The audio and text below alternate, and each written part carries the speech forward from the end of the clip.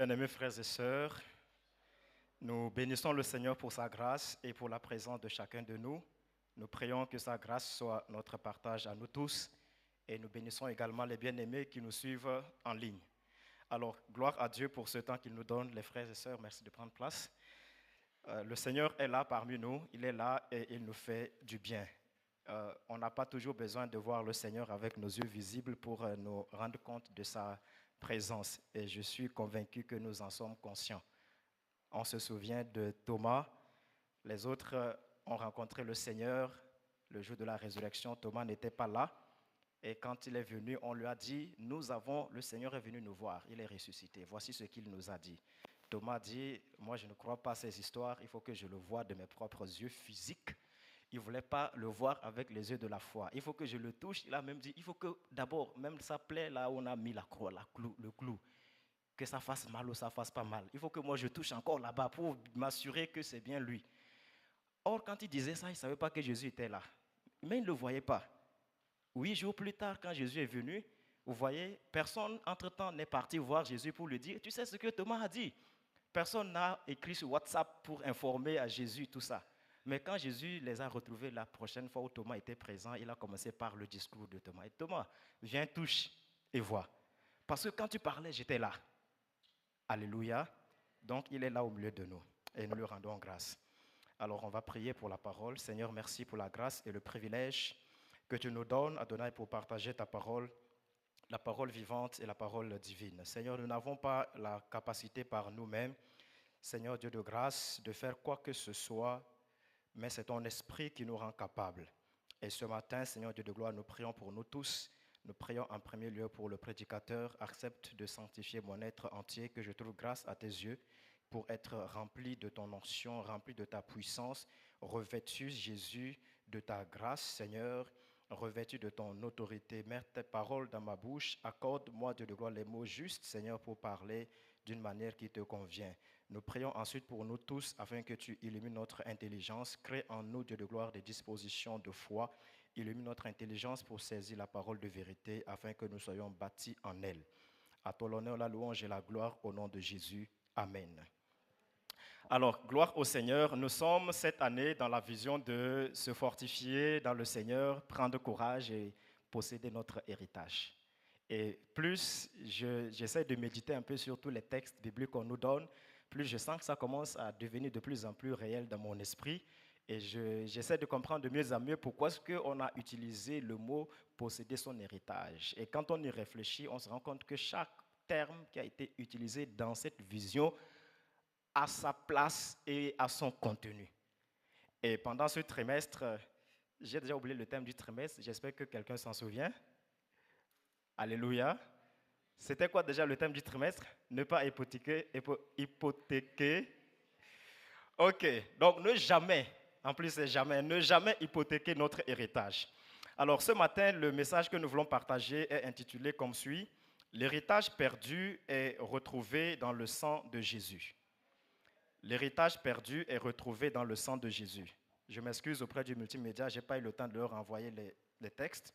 Donc, le premier texte de base, le texte principal qu'on va lire est dans l'Ancien Testament, Lévitique chapitre 25, versets 23 à 28. Ce texte nous parle du rachat tel que ça marche devant Dieu. C'est vrai qu'il n'y a pas le mot rachat dans mon thème, mais vous comprendrez la raison. Lévitique 25, verset 23, je lis dans la version Louis II. Les terres ne se vendront point à perpétuité, car le pays est à moi, car vous êtes chez moi comme étrangers et comme habitants. Dans tout le pays dont vous aurez la possession, vous établirez le droit de rachat sur les terres. Si ton frère devient pauvre et vend une portion de sa propriété, celui qui a le droit de rachat, son plus proche parent, viendra et rachètera ce qu'a vendu son frère. Si un homme n'a personne qui ait le droit de rachat et qu'il se procure lui-même de quoi faire son rachat, il comptera les années depuis la vente, restituera le surplus à l'acquéreur et retournera dans sa propriété. S'il ne trouve pas de quoi lui faire cette restitution, ce qu'il a vendu restera entre les mains de l'acquéreur jusqu'à l'année du jubilé. Au jubilé, il retournera dans sa propriété et l'acquéreur en sortira. Amen.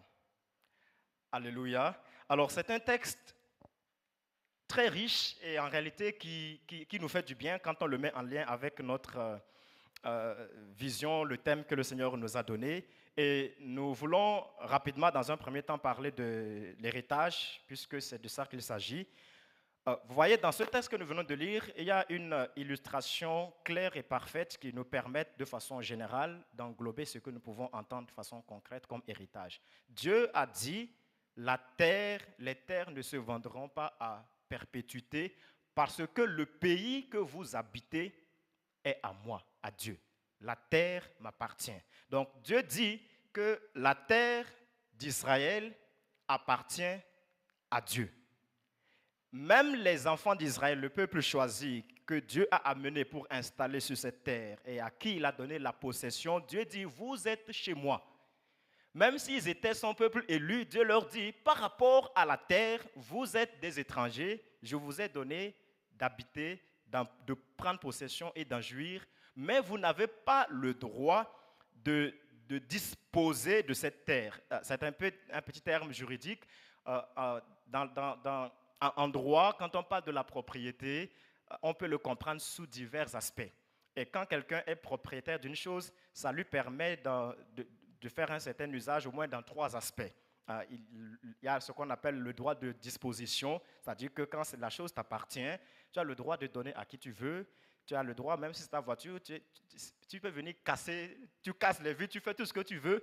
Personne ne viendra te dire de quel droit tu es en train de faire ceci. Personne ne peut te porter plainte contre toi parce que c'est ta chose, tu as le droit de faire tout ce que tu veux.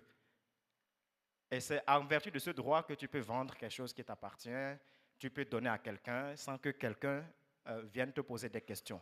Ensuite, il y a bien sûr le droit d'usage. Le droit d'usage, c'est que, voilà, c'est ma voiture. Tu es dans le besoin, tu veux faire une course, je te donne la voiture, c'est que tu fasses la course et tu me ramènes la voiture. Donc, tu es tenu de ramener la voiture telle que tu l'avais prise. Si tu la ramènes dans un état qui ne convient pas au propriétaire, alors il y aura des comptes à rendre, n'est-ce pas? Et il y a ce qu'on appelle le droit d'usufruit. Retenez le mot fruit. Ça veut simplement dire de profiter des fruits que la chose produit. Tu vois, c'est que, prenons par exemple, on a un arbre en famille. C'est le grand-père qui a planté l'arbre. Tous les enfants de la maison ont le droit de manger des fruits que l'arbre produit, même si l'arbre ne leur appartient pas. Amen. Et donc, Dieu dit, par rapport à la terre, vous avez le droit de l'exploiter, vous avez le droit de vous approprier des bénéfices que la terre produira, mais la terre en elle-même, vous n'avez pas le droit de la vendre à perpétuité. Alléluia, parce que elle, c'est Dieu qui détient le droit de disposition, c'est lui qui peut en disposer, il donne à qui il veut, et personne d'autre ne peut faire pareil. Et donc, on voit tout de suite que l'héritage, à partir de cette explication, c'est tout ce qui est d'abord la propriété de Dieu et que Dieu a mis à notre possession ou à notre disposition pour que nous puissions en jouir, pour que nous puissions bénéficier des fruits, des résultats, des bénéfices, de tout ce que cela peut produire pour notre bien, pour notre propre épanouissement. Alléluia. Et pourquoi est-ce qu'on dit que la terre d'Israël appartient à Dieu? J'aime souvent prendre cet exemple pour illustrer. Vous savez très bien que cette terre où ils habitent, Dieu a donné plusieurs signes pour montrer l'attachement particulier qu'il avait par rapport à cette terre. Et en commençant par le plus récent, c'est lorsque David veut construire le temple. L'histoire est un peu longue, mais la Bible dit que c'est Dieu qui a révélé à David qu'il fallait faire un sacrifice à cet endroit. Et quand David a fait le sacrifice, finalement, il a décidé que c'est là où il fallait construire la maison de Dieu. Et donc, quand Salomon est venu pour construire, il savait que c'est là où on avait reçu la révélation, que c'est ici, que son père lui avait dit qu'il fallait construire la maison de Dieu. Et quand on réfléchit pourquoi est-ce que c'est là il fallait construire la maison de Dieu, parce que c'est Dieu qui avait donné cette révélation.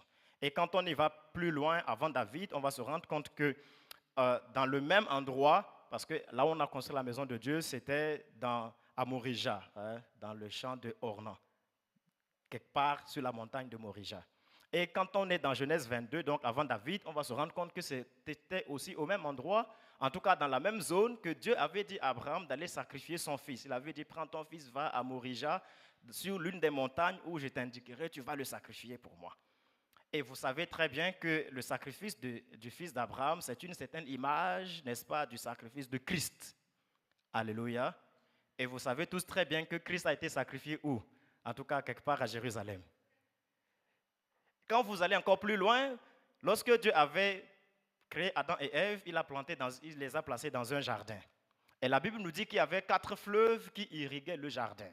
Et on voit que parmi les 4 fleuves, en tout cas 2 dont le nom nous est très familier, c'est le Tigre et l'Euphrate. Et donc on voit que ce jardin se situait dans cet espace. Vous voyez? Donc, si cette terre où les enfants d'Israël habitent était auparavant le jardin de Dieu, donc si c'est là où Dieu a fait son jardin, ça veut dire que la terre appartient à qui? Est-ce que tu as déjà vu quelqu'un aller faire son jardin dans le champ de quelqu'un d'autre? Alléluia. Donc, même de façon littérale, Dieu dit, là où vous habitez, c'est mon jardin. Voilà pourquoi de temps en temps, Dieu venait visiter le jardin, il respirait un peu la bonne odeur des fleurs et puis il voyait comment est-ce que Adam et Ève vivaient. Bref, je pense que nous avons compris. Maintenant, dans le texte que nous venons de lire, on nous a parlé du droit de rachat. Et ça aussi, c'est un autre principe que Dieu a établi qui est très important. Et le texte est très intéressant parce qu'il donne plusieurs détails. À la lumière de ce texte de Lévitique 25, Dieu dit que les terres ne se vendront pas à propriété, à perpétuité. Maintenant, il envisage des hypothèses qui peuvent arriver. Et il dit, lorsque quelqu'un, pour une raison ou une autre, serait amené à vendre sa propriété, Dieu a institué un droit qu'il a appelé le droit de rachat. Et le droit de rachat, c'est un principe divin, c'est un principe spirituel. Ça ne dépend pas des lois naturelles des hommes qui sont dans le code, voilà, dans différents codes qu'on peut avoir dans tel texte de loi ou tel texte de loi. Ce sont des principes qui dépassent la capacité de régulation des hommes. C'est un peu comme le principe du mariage. Lorsque Dieu a dit que l'homme ne sépare point ce que Dieu a uni. Vous voyez, même dans certains textes juridiques, on permet le divorce. Même dans la plupart de nos codes de la famille, on a toujours envisagé le divorce. Mais la loi que Dieu a établie par rapport au mariage n'envisage pas le divorce. Donc, la loi humaine ne peut pas annuler la loi divine. C'est pareil également pour le droit de rachat. Alléluia. Et donc, Dieu dit, maintenant, si quelqu'un arrivait à vendre sa propriété pour une raison ou pour une autre, il conserve le droit de rachat. Et voici la façon dont il peut l'exercer. Et vous voyez, au final, Dieu dit, celui qui a vendu, si lui-même il a de l'argent, alors il doit payer à l'acquéreur. Et pour comptabiliser le montant à payer à l'acquéreur, le Seigneur avait institué ce qu'on appelle l'année du jubilé. Vous savez, on a déjà la notion de l'année sabbatique. Dieu avait dit, chaque 7 années, n'est-ce pas, c'est l'année du sabbat. Déjà, chaque 7e jour, c'est le jour du sabbat. C'était la même reproduction pour les années. Chaque 7e année était l'année du sabbat où la terre devrait se reposer. Maintenant, Dieu avait dit, lorsque vous comptez 7 fois cette année sabbatique, vous voyez, ça va faire 49 années. Donc, l'année qui va suivre, la 50e année, ce sera l'année, disons, l'année du grand sabbat qu'on appelle l'année du jubilé. Et Dieu dit, on mesure le prix de rachat en fonction de la date du jubilé. Par exemple, si il reste 20 ans avant que l'année du jubilé arrive et que la personne veut exercer son droit de rachat, il doit évaluer le nombre des années qui restent et estimer si l'acquéreur exploite la terre pendant ces années, qu'est-ce qu'il sera amené à récolter. Et donc, on calcule à peu près les récoltes pour les 20 années qui restent et il va calculer le prix en fonction de cela, il lui donne la restitution et il récupère sa terre. Je ne sais pas si J'ai bien clarifié. Gloire à Dieu. Donc ça veut dire que si la personne a vendu sa terre et que l'année de jubilé n'est plus loin, peut-être dans 2-3 ans, le prix du rachat, il n'est pas trop difficile, n'est-ce pas? Mais si quelqu'un a vendu sa terre la première année, il faut compter presque 49-50 ans pour payer le prix du rachat et récupérer. Mais c'est possible. Maintenant, Dieu dit, si la personne elle-même n'a pas les ressources pour récupérer, il y a dans sa famille, il y a ce que Dieu a appelé celui qui a le droit de rachat. Et cette personne qui a le droit de rachat doit être son plus proche parent. Donc, en fonction de la lignée, soit c'est son frère, s'il n'y en a pas, ce sera peut-être un cousin, s'il n'y en a pas. En tout cas, au fur et à mesure, la personne qui sera le plus proche de lui par rapport à la famille, cette personne a le droit de rachat. Et si cette personne a la capacité, les moyens pour racheter, il viendra payer le prix du rachat et récupérer la propriété familiale que son frère a dû liquider. On a un exemple très parlant dans le cas de Ruth. C'est Ruth, non? Ruth et Boaz. Et je sais que dans le groupe des sœurs, on connaît très bien cette vérité. Vous voyez, lorsque Ruth revient avec Naomi, n'est-ce pas? Il y a 2 hommes qui ont le droit légitime de récupérer l'héritage qu'ils avaient perdu, puisqu'il faut un homme pour le récupérer. Et le premier, je ne sais pas si on a mis son nom, mais on lui a dit, bon, voilà la terre que notre parent a laissée, ses enfants sont morts, ainsi de suite, donc il faut que tu puisses récupérer la terre de Naomi. Il a dit, oui, je vais récupérer. Et Boaz a dit, il ne faut pas oublier aussi que, j'ai oublié le nom du mari là, il avait laissé une veuve. Donc, en même temps que tu vas prendre la terre, là, tu dois aussi récupérer la veuve. Le gars a réfléchi, il s'est dit, bon, maintenant, si je prends la veuve, il y aura un peu de concurrence dans ma famille avec mes propres enfants. Et il est venu le lendemain, il a dit, je ne veux plus. Alléluia. Donc, mais on voit que c'était que les deux qui avaient le droit de rachat. Et celui qui avait le premier droit, il fallait qu'il décline d'abord son droit pour que le successeur puisse avoir à son tour accès au droit de rachat. Donc, c'est comme ça que ça marche. Et faisons une petite actualisation sur laquelle on reviendra à plusieurs reprises. Nous sommes de la race d'Adam. Et Dieu a créé Adam à son image et à sa ressemblance. Donc il lui a transmis des choses qui viennent de Dieu, qui ont des aspects, des caractères divins. Et il a fait reposer sur lui la gloire du Seigneur. Et il lui a donné en possession un certain nombre de ressources à gérer, qui ont des aspects à la fois spirituels et matériels. Tout ce que Dieu fait dans le naturel a toujours un côté spirituel. Et voilà que Adam s'est laissé séduire par le malin et qu'il a été dépouillé de l'héritage que Dieu lui avait donné. Et quand on reviendra, on va voir que non seulement qu'il a perdu l'héritage en tant que possession matérielle, il s'est perdu lui-même. Et maintenant, lui-même avait besoin d'être racheté. C'est-à-dire qu'il fallait à la fois racheter Adam et aussi racheter ce qu'il a perdu. Le problème, c'est que le prix qu'il fallait payer, pour l'instant je le dis en généralité, le prix qu'il fallait payer, Adam ne l'a pas. Et il ne pourra jamais avoir ce prix pour payer.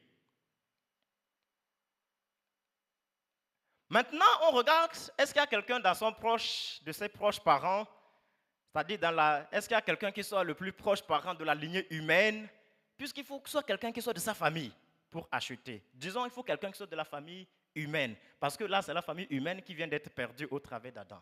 Il faut trouver quelqu'un qui soit plus proche de cette famille et qui ait la possibilité de payer.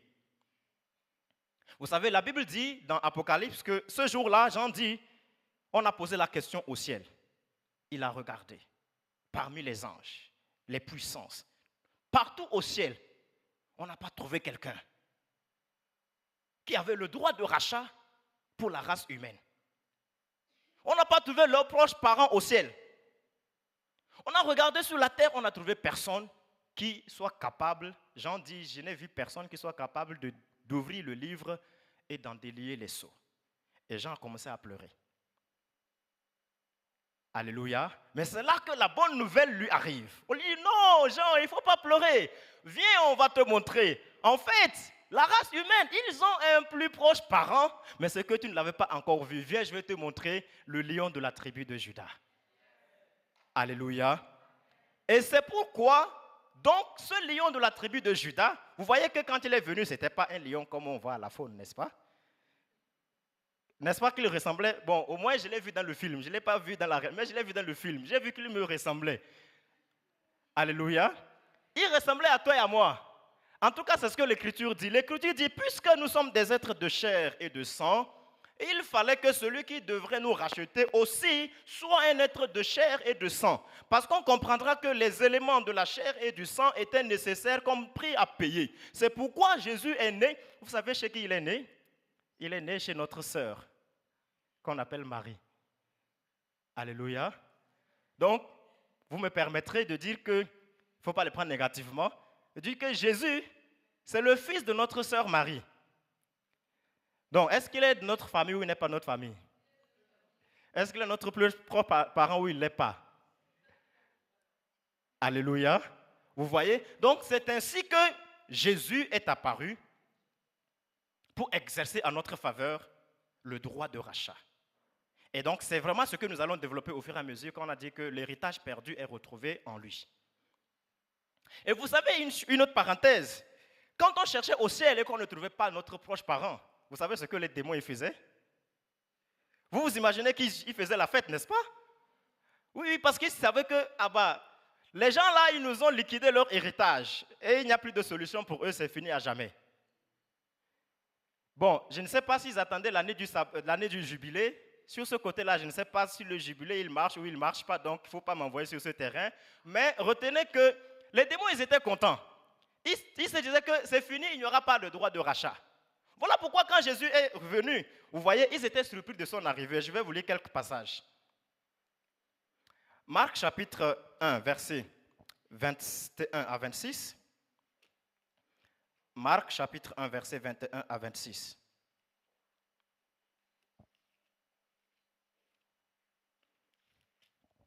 Verset 21, alors. Jésus et ses disciples, se rendirent à Capernaum et le jour du sabbat, Jésus entra d'abord dans la synagogue et il enseigna. Ils étaient frappés de sa doctrine, car il enseignait comme ayant autorité et non comme les scribes. Il se trouva dans leur synagogue un homme qui avait un esprit impur et qui s'écria: « Qu'y a-t-il entre nous et toi, Jésus de Nazareth? Tu es venu pour nous perdre. Je sais qui tu es, le Saint de Dieu. » On va même s'arrêter là. Je vais lire un deuxième texte. Matthieu 8, 26 à 29. Matthieu 8, 26 à 29.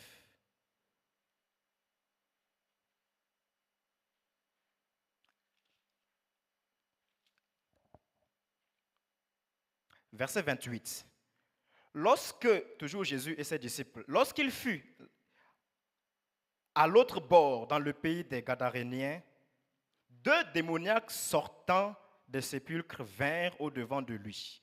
Ils étaient si furieux que personne n'osait passer par là. Et voici, ils s'écrièrent: « Qu'y a-t-il entre nous et toi, Fils de Dieu?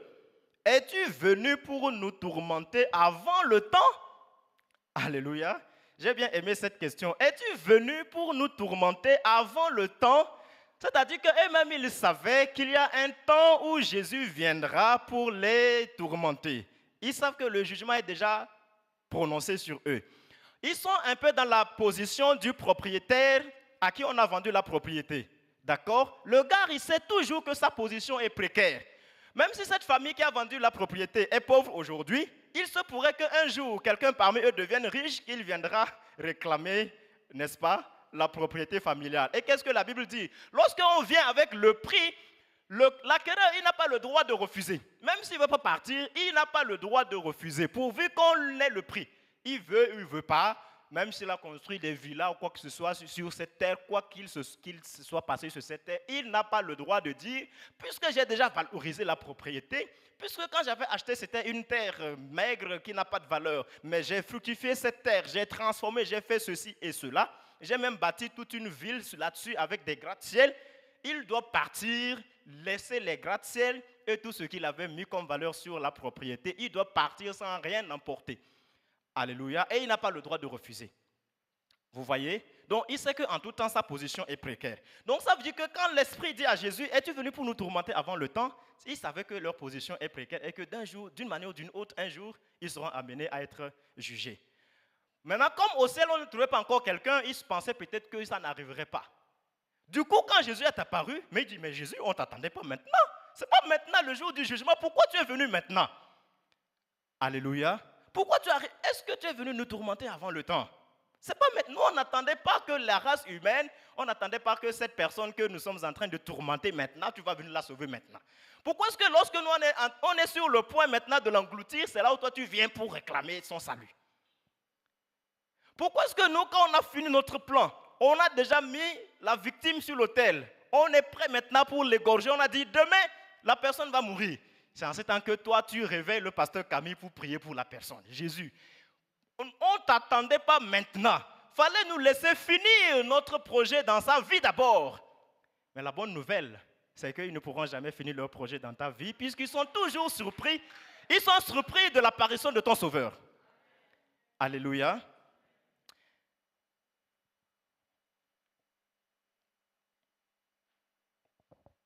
Je sens qu'on va lutter avec le temps.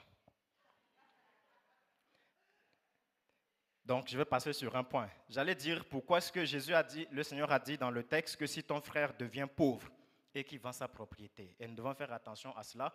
Dieu nous montre qu'il y a certaines choses qui peuvent nous amener à hypothéquer, à liquider, à vendre l'héritage qu'il nous donne, parmi lesquels il donne la pauvreté. Et des images pour nous faire voir certains types de pauvreté. Souvenons-nous de Adam lui-même. Vous voyez, le diable lui a dit, malgré tout ce que Dieu t'a donné, en fait, il y a quelque chose qui est plus important et qu'il te manque. Dieu sait que si tu manges, tes yeux vont s'ouvrir, alors tu seras comme Dieu. Il s'est dit, c'est vrai que Dieu m'avait donné la gloire, il m'a donné l'image de Dieu, il m'a donné la ressemblance de Dieu, il m'a donné le jardin d'Éden. Mais soudain, il s'est rendu compte que toutes les richesses qu'il avait, c'est comme si ce n'était plus rien. Et que seulement ce que le diable lui proposait là, c'était ça qui est plus important que ce que Dieu lui avait déjà donné. Lui-même, dans son esprit, il est devenu pauvre. Alors que dans la réalité, il était riche. Souvenons-nous de Ésaü. Vous voyez, Isaïe dit, à quoi me sert le droit d'aînesse? Moi, je veux un bon plat de lentilles maintenant même. En plus, il n'y avait même pas de viande dedans, juste des lentilles. On ne sait même pas si c'était bien épicé. Peut-être c'était seulement des lentilles cuites seulement, il n'y a même pas ni de sel, ni d'épices, ni rien, ni poisson, ni poulet, ni rien. Mais à cause de cela, seulement lentilles, les grains là seulement qu'on a fait bouillir, le gars dit non, moi je veux ça. Le droit d'aînesse, tu peux prendre. Vous voyez la pauvreté qu'il a conduit dans ces choses? Alléluia. Par contre, on a des contre-exemples dont on nous a déjà parlé ici. Le plus illustratif, c'est Naboth. Vous vous souvenez de la prédication du pasteur? Quand Saül, Akab lui a dit, vends-moi ta vigne pour que je fasse un jardin. Si tu veux, je te donne une vigne meilleure où je te paye le prix. Le gars a dit que l'Éternel me préserve. Que l'Éternel me préserve d'hypothéquer l'héritage de mes parents. Amen. Maintenant, par quel moyen le rachat est opéré? On a vu dans notre texte que dans les choses matérielles, il faut payer simplement le prix. Et maintenant, dans notre cas, de quel rachat, de quel héritage nous parlons qui est retrouvé dans le sang de Jésus? Et par quel prix donc? Comment ce rachat est-il opéré? Donc la question, c'est de savoir comment notre rachat est opéré par le sang de Jésus. Partons d'une déclaration biblique qui est incontestable dans Hébreux chapitre 9. Je vais peut-être lire un texte avant cela, sans commenter. 1 Pierre chapitre 1. 1 Pierre chapitre 1, verset 18 à 19 dit ceci. Sachant que ce n'est pas par des choses périssables, par de l'argent ou de l'or, que vous avez été rachetés de la vaine manière de vivre que vous avez hérité de vos pères, mais par le sang précieux de Christ, comme d'un agneau sans défaut et sans tache. Hébreux chapitre 9, verset 22.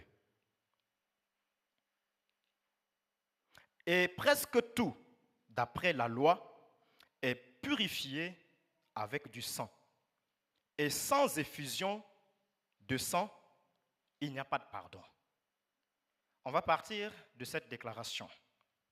La Bible dit que sans effusion de sang, il n'y a pas de pardon.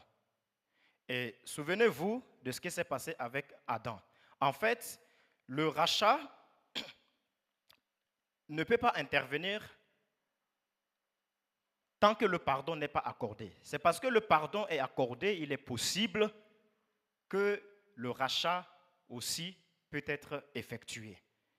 C'est-à-dire que pour racheter quelqu'un spirituellement, comme je donnais l'image de la race d'Adam, puisque qu'est-ce qui a fait que la personne se retrouve dans le besoin d'être rachetée? Qu'est-ce qui a fait que Adam et ses descendants se sont retrouvés dans le besoin d'être rachetés? C'est à cause du péché, n'est-ce pas? Aussi longtemps que Adam n'avait pas péché, il n'y avait pas ce problème de demander pardon ou d'être racheté ou de payer n'importe quel prix. Il n'y avait aucun danger sur sa vie. Maintenant, il a besoin d'être racheté, ainsi que toi et moi, à cause du péché qui est intervenu. Et on nous dit, le pardon du péché ne peut pas accorder si un prix n'est pas payé. Donc le rachat, il n'est pas gratuit. Et on nous a dit que ce prix, ce n'est pas l'or ou l'argent ou des choses périssables. Donc nous voyons ici que le pardon impose que du sang soit versé. Et pourquoi est-ce que c'est seulement le sang qui peut obtenir le pardon? Parce que, en réalité, c'est le péché dont il faut pardonner qui ne peut pas partir si le sang n'est pas versé. Ce qui fait que le sang est exigé pour accorder le pardon, en fait, c'est parce que le péché lui-même qui a été commis réclame le sang. Et aussi longtemps qu'on ne lui a pas donné le sang comme prix, on ne peut pas l'effacer. Et tant que le péché n'est pas effacé, même si on a dit dans la bouche que tu es pardonné, mais en réalité tu n'es pas pardonné parce que le péché il est toujours là. La condamnation elle est toujours là. Donc, si le péché réclame le sang, et on va voir plus tard que le péché réclame le sang, pour quelle raison? On va le lire là tout de suite. Dans Lévitique chapitre 17, peut-être qu'on reviendra sur ce texte si on a le temps, mais on le lit, Lévitique 17, verset 11. Et là, la Bible dit, « Car l'âme de la chair est dans le sang.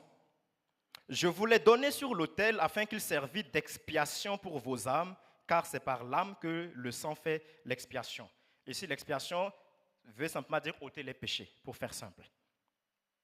Donc, on nous dit ici que la raison pour laquelle c'est seulement le sang qui peut être donné comme prix du pardon pour effacer le péché, c'est parce que dans le sang se trouve l'âme et que l'élément qui est agissant dans le sang et qui permet de produire le résultat, c'est l'âme. Ça veut dire que s'il n'y avait pas l'âme dans le sang lui-même ne pouvait pas servir de prix pour le pardon des péchés. Est-ce qu'on se comprend? Ça veut dire que si par hasard l'âme était dans l'eau, on allait dire que sans effusion d'eau, il n'y a pas de pardon. Le plus important, ce n'est pas parce que le sang est rouge, c'est parce que dans le sang se trouve l'âme. Vous voyez? Ça veut dire quoi? Que aussi longtemps qu'une âme n'est pas sacrifiée pour un péché, ce péché ne peut pas être effacé. Alléluia.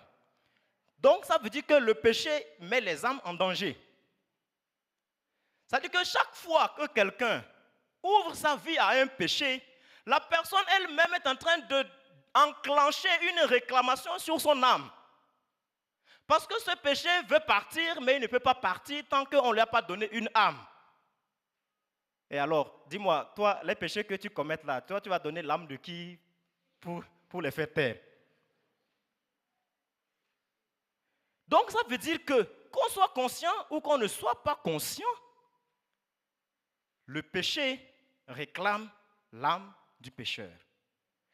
C'était valable au temps de Adam. Le même jour où on a dit, le jour où tu vas en manger, tu vas mourir. Et le même jour qu'il a mangé, son âme a été condamnée. Et ça marche, c'est valable encore jusqu'à aujourd'hui. Le péché ouvre des portes spirituelles. Donne au diable, le diable s'engouffre par la réclamation du péché et il commence à agir. Et il va commencer à nuire, à torturer, à détruire, à voler, égorger, dépouiller et faire tout ce qu'il veut. Parce que le péché a ouvert une voie dont il s'est emparé. Et donc ça veut dire que peut-être que comme on est dans la salle ici, bon, ne parlons pas d'abord de ceux qui sont dans la salle. Ça veut dire que vous voyez toutes les personnes qui sont au dehors. Si vous connaissez quelqu'un qui commet des péchés dans sa vie, et je suis sûr que vous en connaissez au moins une personne. Si vous connaissez quelqu'un qui a déjà commis un péché dans sa vie, sachez que il y a quelque chose qui parle contre son âme. Donc ça veut dire que toutes les personnes qui marchent sur cette terre, il y a une condamnation qui parle. Alléluia. Ça veut dire que même si toi-même qui es chrétien, oui, on va revenir à ton cas, même si nous disons qu'on a déjà reçu le sang de Jésus, ce n'est pas parce que nous avons été rachetés par le sang de Jésus qui veut dire que voilà, nous quand on pêche, ça n'a pas de conséquences. Nous-mêmes quand on pêche, nous-mêmes on se crée des problèmes spirituels. Et en lisant la Bible, j'ai tendance à dire que certains péchés sont encore, vous savez que tous les péchés sont graves, mais certains péchés sont encore plus graves. Notamment les péchés qui consistent à verser du sang. Souvenez-vous lorsque Caïn a versé le sang d'Abel, Dieu lui a dit quoi?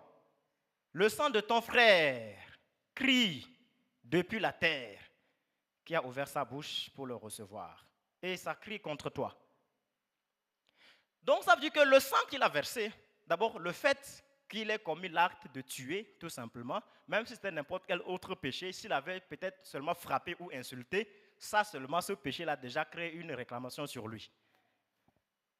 En plus, le sang qu'il a versé aussi crie contre lui. Donc, ça veut dire qu'il y a deux voix.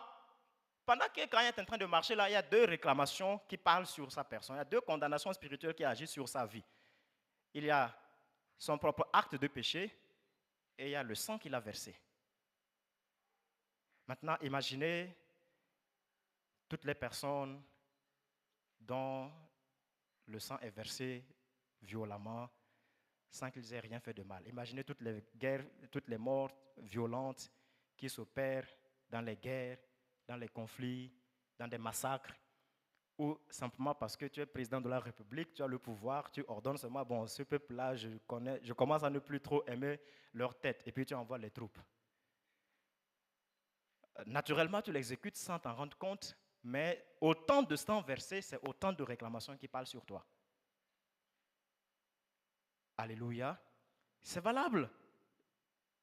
Bon, peut-être quand on parle de l'avortement, peut-être pour un garçon, ça paraît plus facile parce qu'on se dit, ah, je sais que moi, je ne vais jamais avorter. Ce n'est pas dans ce sens que je vais dire.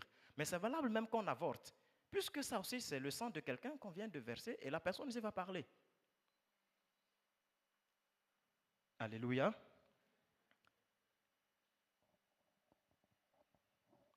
Et donc, maintenant, nous voyons que le péché veut partir, il part, et pour qu'il parte, il faut qu'on lui donne du sang, il faut donc le sacrifice. Et là, c'est là maintenant que nous voyons toute la place, le rôle, la puissance du sang de Jésus.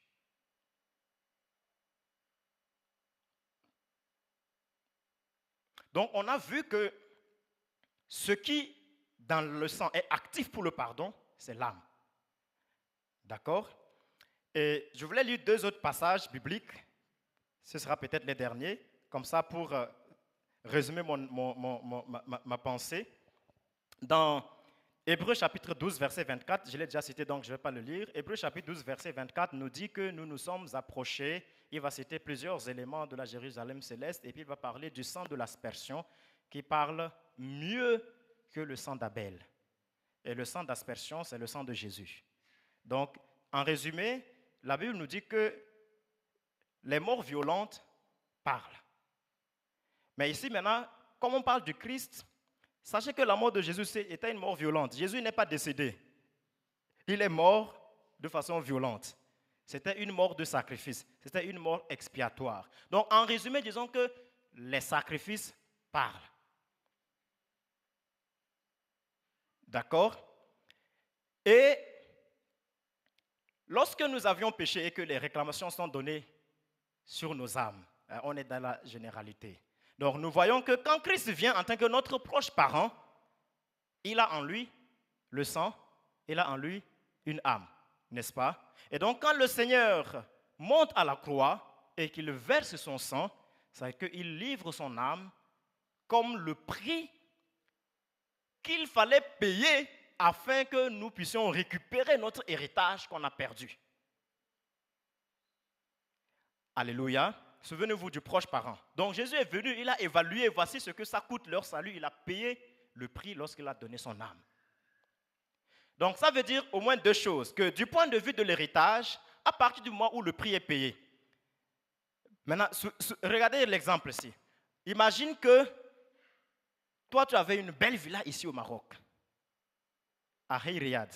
Pour ceux qui connaissent Hey Riyad, je ne sais pas c'est quoi le quartier le plus chic de Rabat. D'accord? Et entre-temps, comme tu n'avais pas de moyens de payer le crédit avec lequel tu as acheté la villa, tu as mis la villa en hypothèque. Et ça rejoint notre thème. Hypothèque veut dire quoi? Ça veut dire que tu as signé un papier et tu as dit à la banque, écoute, considérons que cette villa, en réalité, ça t'appartient. Si seulement un jour, j'échoue à payer un seul crédit, tu peux récupérer la villa, tu en fais ce que tu veux. C'est ça l'hypothèque. Donc ça veut dire que chaque fois qu'on pêche, vous voyez, et le premier héritage qu'on ne doit pas hypothéquer, c'est même notre âme. Parce que quand on verra l'âme même là que le péché réclame, cette âme, d'où est-ce qu'elle nous vient? Est-ce que c'est toi-même qui as inventé l'âme que tu as mis en toi? Non. La Bible dit que le jour où Dieu a créé Adam, Dieu a soufflé en lui un souffle de vie, et c'est comme ça que Adam est devenu une âme vivante. Ça veut dire que l'âme qui est en nous a été donnée par Dieu. Et chaque fois qu'on pêche, on met cette âme en hypothèque. Vous voyez? Donc c'est un premier héritage qu'on ne doit jamais hypothéquer, c'est d'abord notre âme. Et la manière de ne pas hypothéquer notre âme, c'est de ne pas ouvrir des réclamations sur lui par les péchés que nous commettons. Et donc maintenant, toi tu dis à la banque, tu as hypothéqué ta villa et puis voilà, la banque entre-temps, elle a pris la villa, elle n'a pas encore vendu, supposons. Et elle a mis en location. Et puis il y a un locataire dedans qui paye le prix à la banque. Maintenant toi, Dieu t'a fait grâce. J'ai fait un bon rêve, je me suis réveillé le matin, je suis venu te voir, je t'ai donné 2 millions de dirhams, gratuit. Et tu es parti avec les 2 millions, tu as donné à la banque. Tu as dit, la banque, prends ton argent. La banque a pris son argent. Maintenant, ça veut dire que la villa, est-ce que la banque peut encore réclamer la villa? Elle ne peut plus réclamer. Maintenant, quand toi, tu vas revenir à la villa, tu vois que la banque avait mis un locataire dedans. Le locataire, là, qu'est-ce que tu vas lui faire d'abord? Est-ce que tu as besoin de négocier avec lui pour qu'il puisse partir? Est-ce que ce locataire, il a quel moyen juridique pour résister contre toi?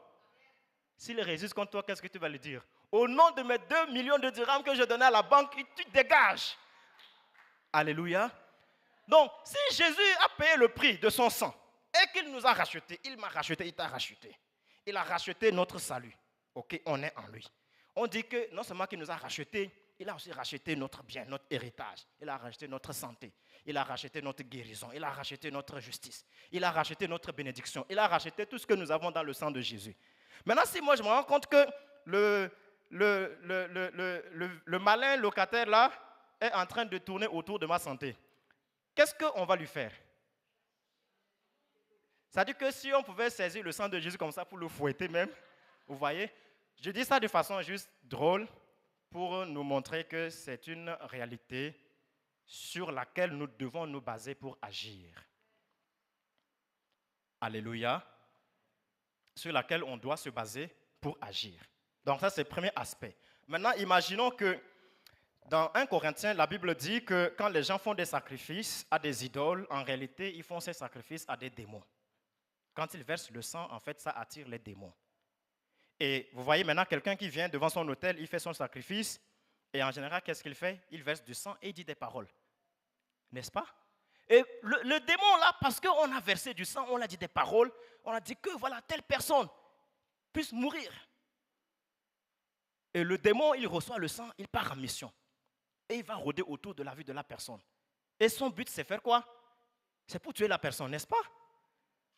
Soit il va chercher par quel moyen, est-ce qu'il doit créer un accident, est-ce qu'il doit créer une maladie, est-ce qu'il doit créer... Bon, je ne sais pas, je n'ai pas les yeux, je n'ai pas encore vu, mais même si on ne les voit pas en action, on voit le résultat de leurs œuvres.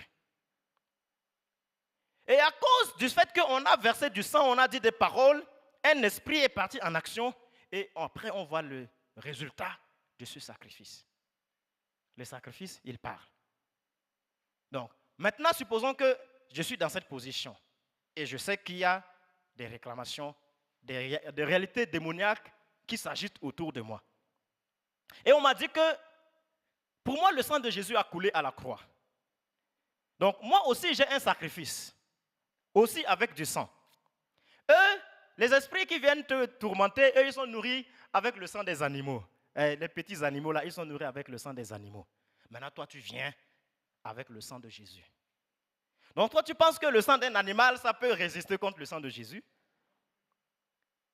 Donc, comment est-ce que tu peux avoir peur d'un esprit démoniaque ou l'esprit du sorcier qu'on a nourri avec le sang d'un coq? Le sorcier, il a égorgé son coq, il a nourri son esprit avec son sang. Et toi, tu as le sang de Jésus. Et cet esprit qu'on a mandaté avec le sang d'un animal, il vient t'attaquer et puis toi, tu as le sang de Jésus, tu pleures, tu cries.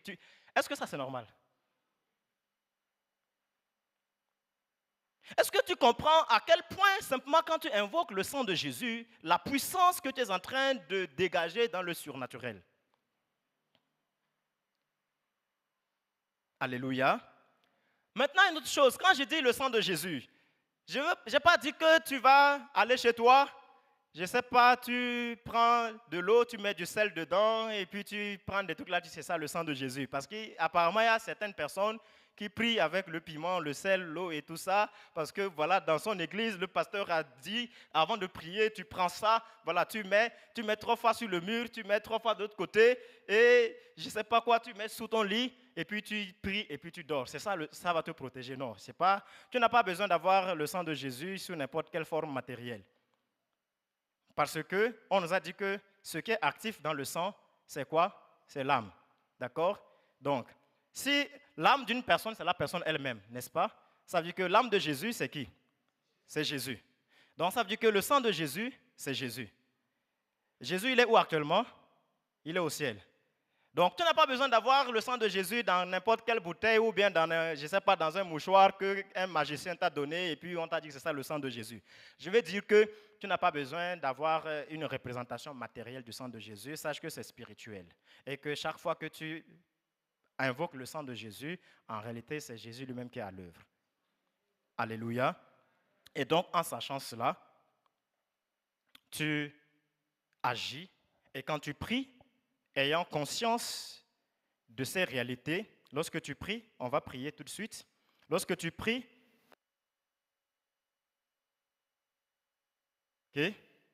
Donc il faut que nous puissions comprendre finalement que quand nous sommes en train de prier, parce qu'on veut réclamer notre héritage, en réalité, la plus grande dimension de notre prière se trouve dans la révélation que nous avons et les actes par lesquels elle se traduit. Les paroles sont importantes, mais les paroles viennent en fait illustrer une réalité spirituelle que nous sommes en train de poser. Toutes les fois que je suis en train de prier, je suis comme le sacrificateur qui est à l'autel. Dans l'Ancienne Alliance, il avait le sang des animaux. Et je sais que quand je suis devant un problème spirituel pour lequel je prie, que ce soit pour moi ou que ce soit pour quelqu'un d'autre, je suis comme un sacrificateur. Et j'ai en ma possession le sang de Jésus. Et je sais sur quoi je me base. Je sais que si les sangs des boucs et des animaux peuvent parler, si les sacrifices naturels dans le monde des ténèbres peuvent parler, donc moi j'ai un sacrifice encore plus puissant qui peut parler. Non seulement qui peut parler pour moi, mais aussi il peut parler pour annuler ce que les autres sacrifices déclarent. Puisque qu'est-ce qu'ils font? Donc le gars il verse le sang et puis il dit les paroles. Bon, maintenant vous savez que quand le sang de Jésus a été versé, est-ce que le sang de Jésus a été versé en silence? Il y a des paroles qui ont été dites pour accompagner, n'est-ce pas, l'aspersion du sang de Jésus. Et ces paroles ont été dites pour toi et pour moi. Et comme nous savons que le sang est versé, nous devons nous emparer de ces paroles qui ont été dites pour sceller le sacrifice. Et cette parole constitue notre prière. La Bible dit que nous l'avons vaincu à cause du sang de l'agneau et à cause de la parole de notre témoignage. Cette parole constitue la parole de notre témoignage. Et nous devons donc fouiller la Bible jour et nuit pour saisir toutes les paroles qui ont été dites pour accompagner l'aspersion du sang de Jésus. Et sache que cette parole sont autant de paroles que tu peux déclarer qui sont scellées par le sacrifice. Alléluia. Et tu as la victoire parce que nous les avons vaincus à cause du sang de l'agneau et de la parole de notre témoignage. On va donc se lever, nous allons prier le Seigneur. Nous allons dire merci à Dieu pour sa parole. Je sais que ce n'est jamais évident, le prédicateur n'est pas capable de faire comprendre tout. Lui-même, il ne comprend pas déjà tout, mais je sais que le Saint-Esprit nous éclaire. Alléluia. Donc, je voudrais que nous puissions d'abord rendre grâce à Dieu parce que le simple fait d'avoir en notre possession le sang de Jésus comme une arme spirituelle, je disais tantôt que ça fait de nous des sacrificateurs. Et nous sommes donc devant cet autel spirituel qui parle, qui est l'autel le plus puissant du point de vue spirituel. Il n'y a pas de sang qui soit versé sur cette terre avec lesquelles on a à joindre des déclarations comme des paroles de malédiction qui aient autant de puissance et qui puissent agir beaucoup plus que lorsque toi tu invoques le sang de Jésus avec les paroles de ta prière. Et donc ça veut dire que Dieu a mis entre mes mains et entre tes mains, il nous a positionnés à cet autel et il a mis entre nos mains un sacrifice qui est puissant. Et nous voulons d'abord le rendre grâce à Dieu pour cet accès spirituel qui nous positionne en position de domination. Et chaque fois que nous rendons grâce à Dieu, c'est comme si nous sommes en train de nourrir la puissance de notre autel. Vous savez, le sorcier et le magicien du village, qu'est-ce qu'il fait? Souvent, il fait des petits sacrifices des animaux. Après, quand il veut avoir des plus gros résultats, généralement, qu'est-ce qu'on lui demande? On lui dit, bon, maintenant, le sang des animaux, ça ne suffit plus. Il faut donner quelque chose de plus important. On va lui demander de sacrifier un membre de sa famille. Pourquoi? Pour que son autel puisse augmenter en puissance. Donc, ça veut dire que lui, il nourrit sa puissance par le sang qu'il verse. Mais toi, comme j'ai dit, tu n'as pas besoin de verser de l'eau ou du sel ou le sang de qui que ce soit, parce que tu l'as spirituellement. Donc, toutes les fois que tu rends grâce à Dieu pour le sang qui a coulé à l'autel de la croix, c'est comme si tu es en train de nourrir la puissance de ton autel aussi. Alléluia.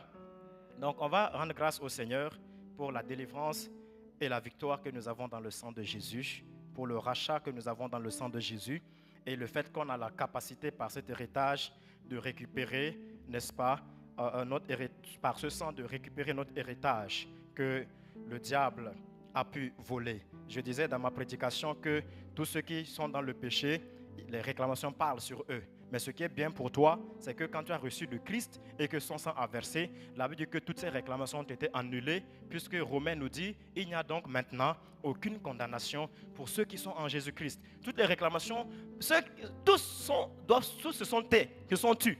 Et s'il y a des réclamations qui ne se sont pas encore tues, elles doivent se taire, puisqu'il ne peut pas y avoir de condamnation pour ceux qui sont en Jésus-Christ. Voilà pourquoi aussi, parfois, quand on veut prier, on nous dit, si tu te répands tout de suite, s'il y avait d'autres réclamations, par la repentance, tu les annules. Vous voyez quelle grâce on a dans le sang de Jésus? Voilà pourquoi on va rendre grâce. Élève ta voix au nom de Jésus. Père, nous te disons merci et nous te rendons grâce parce que nous avons été rachetés par le sang de l'agneau. Nous avons été rachetés par le sang précieux de Jésus. Et nous savons, Seigneur, qu'il n'y a sur nous aucune condamnation.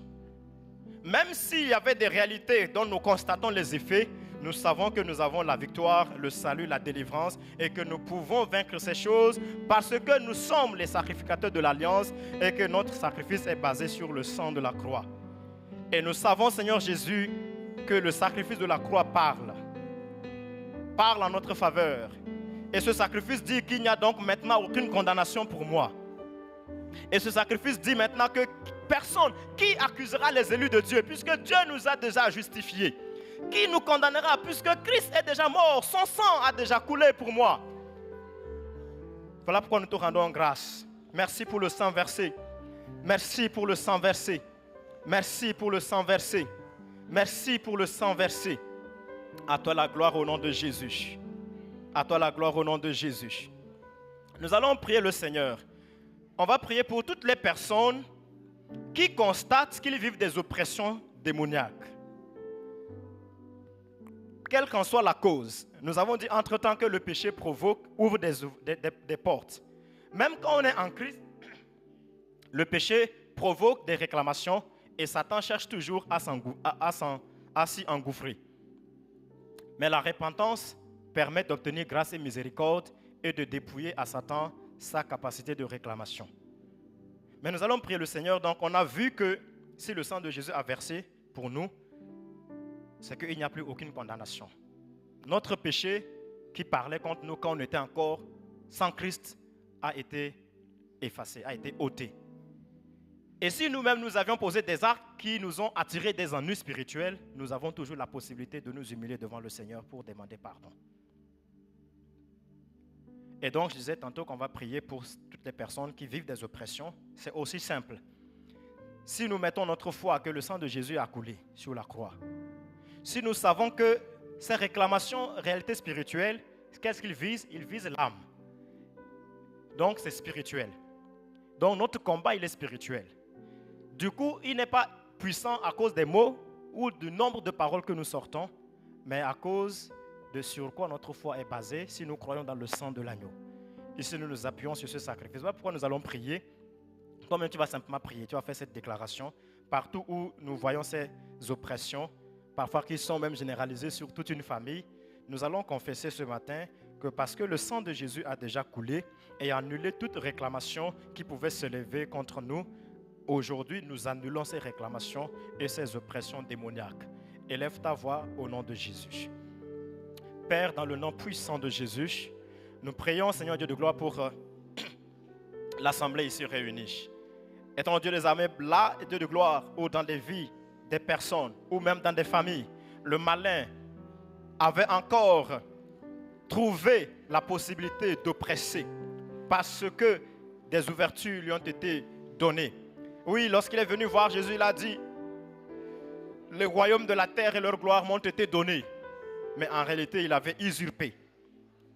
Oui, Père de grâce, nous avons reçu dans le nom de Jésus l'autorité, le pouvoir et les armes nécessaires, le sang de l'agneau pour neutraliser ces choses.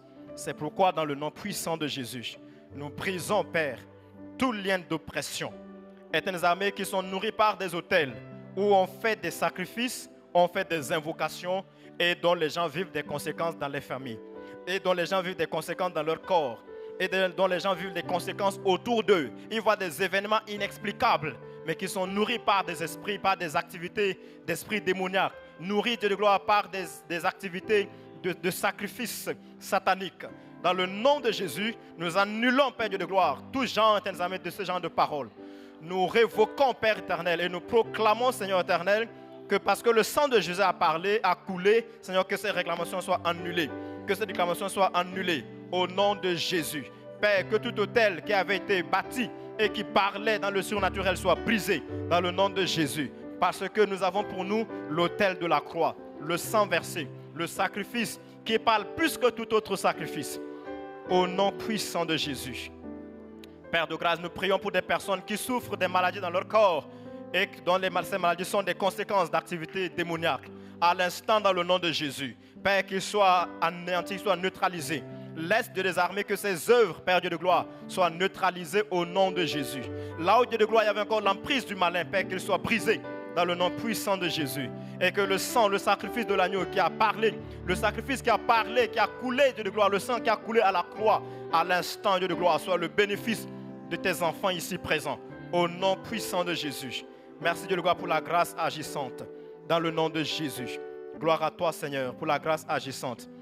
Dans le nom de Jésus. Nous allons faire ce dernier sujet simplement.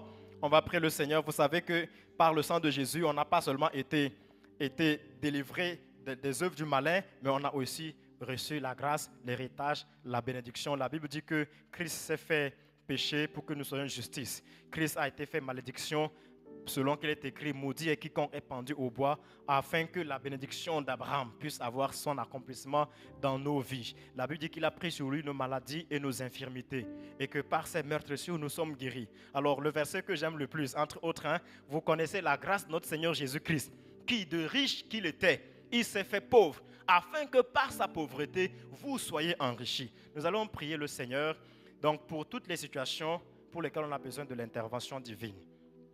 Avec des situations qui sont bloquées, ça peut être des questions financières, ça peut être des questions où on a besoin de la grâce financière, ça peut être des questions où on a besoin de la guérison, ça peut être des situations où on a besoin que des portes s'ouvrent, où on est dans des situations professionnelles ou administratives qui sont bloquées. On a besoin de la grâce du Seigneur. Nous avons cela aussi dans le sang de Jésus. Il nous a racheté, c'est tout un package. Donc tu vas prier, nous allons prier le Seigneur. Élève ta voix au nom de Jésus. Et nous allons laisser la parole au pasteur qui priera pour l'assemblée à la fin. Élève ta voix au nom de Jésus. Père de grâce, oh, nous te rendons gloire au nom de Jésus et nous prions, Père de gloire. Seigneur, je prie à l'instant pour des personnes, Seigneur Jésus, qui ont des situations administratives et professionnelles qui sont bloquées et pour lesquelles, Seigneur Dieu de gloire, on a fait des tentatives, mais nous ne voyons pas de résultats. On veut que des portes s'ouvrent. Seigneur, je prie dans le nom de Jésus que ta grâce les localise. Étant Dieu des armées, s'il y a des personnes dont il faut toucher le cœur pour les pousser à agir, Seigneur, disant que tu agisses, puisque c'est toi qui inclines les cœurs, dans le nom de Jésus. Père, nous prions, étant Dieu de gloire, pour des situations financières qui sont bloquées maintenant. Dieu de gloire, afin que ta grâce, Seigneur Jésus, visite, que ta grâce visite, que ta grâce visite, dans le nom puissant de Jésus. Père de gloire, nous prions, Seigneur éternel, oh éternel Dieu des armées, pour des personnes, Seigneur Jésus, sur lesquelles on a dit des paroles de malédiction et dont ils voient les conséquences. La Bible dit que Christ, tu as été fait malédiction pour nous. Et à l'instant, dans le nom de Jésus, Père, nous déclarons que ces paroles de des armées sont brisées et qu'ils ne portent plus le poids de ces paroles qu'on avait posées sur eux. Mais nous déclarons, Dieu de gloire, la liberté de la croix au nom de Jésus. Père éternel, nous te rendons grâce, Seigneur Jésus, de ce que simplement tu répands sur ton peuple ta grâce. Tu répands sur ton peuple ta grâce. Tu t'es fait pauvre dans tous les sens du terme, afin que la grâce soit surabondante dans la vie de ton peuple. Que ton nom soit élevé, que ton nom soit glorifié, dans le nom de Jésus.